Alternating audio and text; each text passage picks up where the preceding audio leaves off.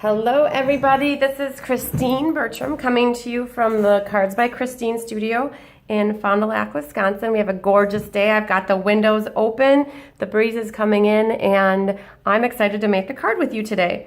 We are going to be using a stamp set that comes to you from Stampin Up called Tropical Chic, and it has some matching framelits, and they're called the Tropical Thinlit dies. This set is great. It's very tropical. It reminds me of Hawaii and Lays, and these colors with the shaded spruce and the granny apple green and blushing bride just go fabulous together. What's great about this is it has some leaves that have matching dies that can cut it out for you very easily. There's also this die here that cuts out intricate leaves, and it could be like on the card front, making for a really intricate pattern. So this is what we're going to be focusing on today, is the Tropical Chic stamp set and framelits. The card that we have for you says with much love and thanks, and I'm going to be walking through how to make this card. The colors here are shaded spruce and granny apple green and blushing bride, and some basic black with whisper white. So what we're going to do to start off with is take our card base. Card base is traditionally a half a sheet of paper, and when you cut it you have 8.5 by 5.5, and it's scored at 4 1/4. So what you're going to do is just take that, fold it in half, and I always try to line up my corners and take my bone folder, which is provided to you through Stampin' Up. You can order that from me or your local demonstrator. You're going to use that bone folder to give you a nice crisp even edge here. So now we have our card base. What we're going to be using for our mats are whisper white, and they're the same size for the outside and for the inside. And this is a traditional mat, which is 5 1/4 by 4, and that gives you that 1/8 of an inch all the way around to give you that shaded spruce. So what we're going to do first on here is add on our designer series paper. This is from that suite from Tropical Chic. This comes with all this different designer series paper. It's a 6 by 6 pack. So you get lots of different sheets that use the shaded spruce, granny apple green, black and white, and blushing bride. So that's a very great paper stack if you want coordinating. And the one that I picked out of here is the blushing bride. It kind of looks like arrows or like feathers on the end of an arrow. And this is 5 1/4, which is the same length here as the white. And this is 2 inches. That's great because when you look at your paper, you have 6 inches by 6 inches. When you do this by 2 inches, you get 3 of these strips out of there, which is great, maximizing paper. So what I'm going to do is flip this over, and the liquid glue I use works great. I only do a thin little layer all the way around the outside of that. I like to use liquid glue because it's a little bit more forgiving than mono-adhesive tape runner. When I set this down on here, I have a little wiggle room here. I can maneuver this so that it lines up perfectly. I know that when you use mono-adhesive, if you push this down and you don't get it exactly where you want it and you try to pull it up, sometimes it will rip your paper. So I do have a little bit of glue oozing out there. I'm going to leave that. I'm not going to even try to wipe that off. I'm just going to let it be there because it's going to get covered up with this granny apple green ribbon. So the granny apple green ribbon is the textured weave ribbon. It comes in that color, and I believe a gray color. So I have a piece here that's already cut. This measures to be about 6.5 to 7 inches, and that's just going to layer over the top of that. Whenever you use ribbon, it's always a good idea to make sure you adhere it down before you put your card base down. So I use tear and tape to do that, and this is double-sided sticky, very, very sticky tape, and I'm going to put that right about where my ribbon needs to go. I like to use double-sided tape for when I adhere ribbon to the backs of cards, or to the front of a card, but to attach the tails to the back of the card. So once I have my tape on there, then I can eyeball to get it straight. And as I'm eyeballing it, I'm just going to wrap the one end around that side and attach it, and do the same on that side. So now though, what I like to do just to make sure it's very secure is I will grab a little bit more tear and tape and put that over the top of that. That's going to give me a really secure bond, so that won't come up there when the card is given to somebody. You don't have to worry about it falling apart. The worst thing is to give somebody a card and then it falls apart. You know, a lot of people hang on to these kind of cards. So if they put it up on their mantle on their table, then it's nice to have it so it doesn't fall apart. So now I'm following up with some more liquid glue. Again, I just put a thin layer around each side. I didn't put it where the tape is because that's going to stick there naturally because of the double-sided tape. And I know it's about 1/8 of an inch, so I generally like to eyeball the top, the bottom, and a side, and then before I squish it all the way down, I'll line the last side. All right, so now we're building our card front here, so I like to squish that down. So the next step that we would do here is we'd work from the bottom up to make our layers. So I have a circle here, and you're probably wondering, how did I get that circle? So I have a black piece, it's a scrap basically, and we're gonna be using a 2-inch punch and a 2 1/4 inch punch, both from Stampin' Up. And what you wanna do, you wanna make sure you do the 2-inch before the 2 1/4 inch. So what you're gonna do is open up your punch. There's a little lever here that just snaps. And you want to kind of center this because you need to have enough to punch the other 2 1/4 punch. And so what I'm going to do is just punch this first circle, and I have just barely enough there.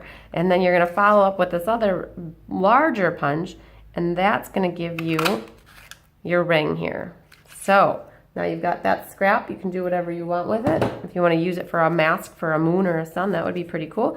You've got this extra piece that you can use for something as well. So that's the 2-inch punch and the 2 1/4 inch punch. And now we've got our circle. So did you notice when I taped my ends down, I didn't put any tape here. A lot of people like to tape that, and I'm not sure why, because you don't necessarily need to tape underneath your ribbon. I would never use liquid glue on that because it'll just seep through. But I purposely didn't put any tape under there because then I can slide my circle under here. Okay, so now that we've got that set, we can go ahead and work on our leaves. So the 3 leaves that we're going to be using in this stamp set are this leaf. Oh, excuse me, there's not 3 leaves, there's 2 leaves, and then there's the flower. So for those that like to save paper, this is the perfect time for you to grab out a scrap. And what you can do is we're going to be using Blushing Bride, Granny Apple Green, and Shaded Spruce. 2 of them are the new ink pads that Stampin' Up! Introduced in June, and the other one is the old style. So what we're going to do first is use the Shaded Spruce. These open like a compact case. They kind of just flip up, and then what you do is swing it back, and then you slide it to open it. And these ink pads have been redesigned so that they don't allow for the ink to get sudsy. Sometimes with humidity they can get a little foamy. So there's a defoaming agent in the ink now. So I just accidentally got the wrong color on this one, and that would have been all right if I would have done that, but I'm trying to make the card exactly the way that I have my sample. So I have my Stampin' Scrub over there. So what we're gonna do is just set that off to the side. We're gonna grab our Granny Apple Green, and we're gonna get some ink on this guy. And I like to tap it on the outside. This pad was used in one of my previous classes, and so a lot of the ink, people generally go to the middle of the ink pad to get ink, and so what I was doing was just trying to go around the edge to get a little ink. All right, perfect. Now what I do is I always stamp off and get as much ink off of that stamp as I can before I go to my Stampin' Scrub. It helps keep the ink out of that Stampin' Scrub. And because I'm going to be using the same block, I'm just going to peel that stamp off, grab this stamp. I always like to shut my ink pads as soon as I'm done using them, so it helps so they don't dry out. So now I'm going to take this other leaf and I'm going to stamp that up here. That, perfect. Okay, so now we got the green one done. And then what we're going to do next is stamp our flower. And our flower is in Blushing Bride. And we have 2 of them. So we want to make sure we get 2 of those. Let's see how good I am here. I'm going to get one over here. Good. And I'm going to get another one right here. Perfect. Now, as long as I got this ink pad open, I like to decorate my inside the same way as I have my outside.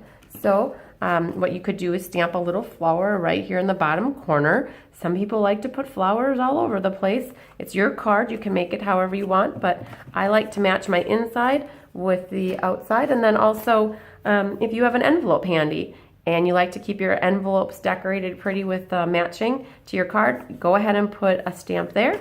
And some people like to put it up here I generally don't put it in this bottom right-hand corner because sometimes the post office will put a barcode strip there. So go ahead and decorate your envelope if you want to. So now that we got the stamping all done, I'm going to get that ink pad cleaned up. We'll stamp off that. I'll clean you later. So I'm going to grab my paper snips. I have a paper snips that I use for paper.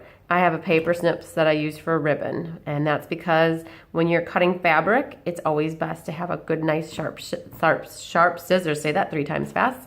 And so I will cut these apart because this will be easier to cut out on the Big Shot if they're not so tight next to each other. It helps to conserve paper by stamping them so close, but it would be really hard to cut that out with the Big Shot. So I've got my plates set up here. I definitely use a magnetic platform for this because when you have a magnetic platform, it helps to keep your die stuck on the platform, on your plates here. So I have a really loved bottom plate. You can tell I use that one a lot. So I will line this up on my plate, and I try to center them as best as I can. You want to be careful too when you use your Big Shot. Sometimes the framelits will move on you when you go to cut it. So what I am going to do here is just line these up best I can. I do have this low tack artist tape. It's very not sticky. Ones in the past that I've used have been super duper sticky, and then as you peel them up, it rips. But for this little flower guy, he has a tendency to jump around on me. So I'm gonna just tack him down pretty good. I'm gonna bring in my top plate, and how the Big Shot works, I'm just gonna bring this right in here. You wanna make sure your plates are lined up left to right. If you have them off like that, it will get eaten on the side and your plastic will get worn. So I'm just gonna run this through and get my Big Shot out of the way. So now what you've got here is a leaf, and then just discard that. I pop those down. Here's my other leaf. Throw out my garbage. See, this tape can be used about 5 to 10 times, so I just set that off to the side. Now what you'll have to do is you have to run that other flower through again, or the other flower through, and do another trip so that you get that guy cut out. But I already was thinking ahead, so I cut out an extra one already, so you don't have to watch me do that again. So those are our framelits. So now we've got our 2 leaves and our 2 flowers. And what else we need is a piece of white. Now this is another scrap. This is basically 3/4 of an inch. So when you're cutting down your mats and you've got leftover paper, you can go ahead and save that. So this is 3/4 of an inch by 5 inches. And that is going to be our mat, or our saying on here. And so what I've done is I've stamped with much love and thanks. And then I've brought in my triple banner punch. Triple meaning that there's a 1 inch, a 2 inch, and then a 1.5 inch banner that fit in here nicely in between the grooves. But in essence, this is like a multiple punch banner because I've got 3/4 of an inch here, and all I do to punch that is I'm gonna eyeball it. I'm gonna center it between that 1 inch mark here, and then as I am holding it, I bring it to where I want it, and I just make sure I'm still centered in the front. So that's a 3/4. You can do any distance between 2 inches for your punch, and it will work. I've done many different size banners. So this is the triple banner punch. Great, great handy tool to have for making bannered ends. So when I do my bannered ends, I know this is going to be a little bit long here, so I'm going to already just trim off a bit on here. So that's gone. When I do my banners, I like to make them look like they're blowing or fluttering in the wind. So what I'll do is I'll put a dimensional on the one end, and I glue the other end flat. And because this has a bigger area we want covered up, I'm going to glue it all over. Now we want to make sure our circle's kind of set where he needs to go. And then I'm going to layer my banner over the top of the Granny Apple Green. And I want to make sure I'm straight, and then once I've got it straight, I just kind of push that glue down, and that'll help keep that stuck down. All right, so now we've got that done, and what we're going to do next is layer our leaves. I like to do the same thing with the leaves. I'm going to put just a dimensional on the tips of each one of these to make it look like it's raised up, and I will put liquid glue on the bottom to keep that stuck down. And so what I'm going to do is now layer my leaves over the top of my circle and part of my banner. the top one will stick. And because we're going to be gluing down, that's going to keep our circle from moving around. If you would have tried to put liquid glue all around the back or your tape runner, it would have got glue all over that circle and made it a big mess for you. This way you can avoid that hassle and go ahead and just glue this other leaf down right over the top. Now for our flowers. Both of them are popped up, but the bottom one has 2 dimensionals behind it, and the top one only has 1. And I do that because when you put this first one down, it is even with 2. And then the second one is partially on top of this other one, which is already dimensionalized. So we only need dimensional on this other side, the right side. And so what I'll do is I'll put a tiny dimensional there, and then I will put liquid glue on the other side. If you would put 2 dimensionals, it would be even popped up more right on that one area, which is not what the look I was going for. I just want them both to be popped up about evenly. Now with that liquid glue, that's just going to sit on there very nicely. All right, then we have our rhinestone embellishments. I have nails, so it's easy for me to pick them off. And other people that don't have nails, they're sometimes a pain in the butt to get off.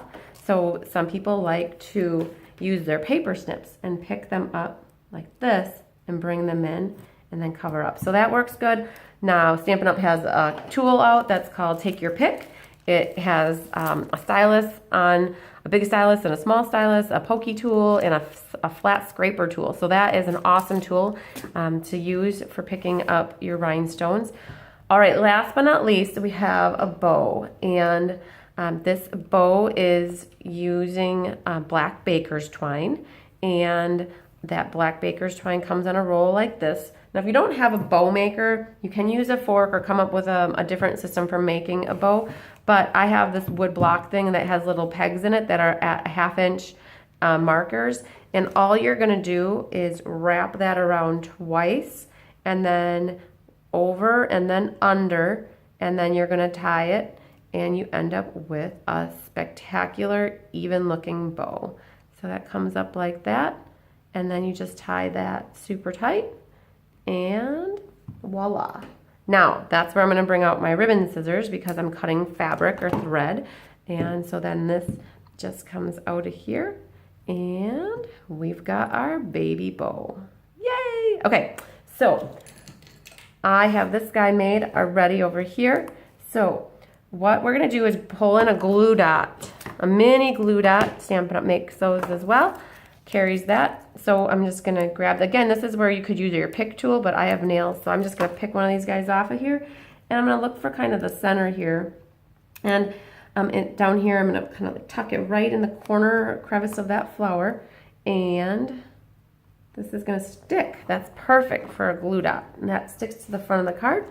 And now I'm going to cut my tails, and I've got my card front done. Isn't that beautiful?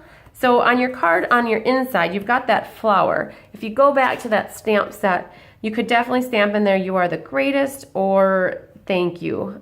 You could even leave it blank. If people like to write their own verses and words in here, you can definitely leave it blank and have a card ready just for a thank you. You always need a good thank you card. So I hope you enjoyed watching me. I love making this card. These colors are very soft and soothing to me.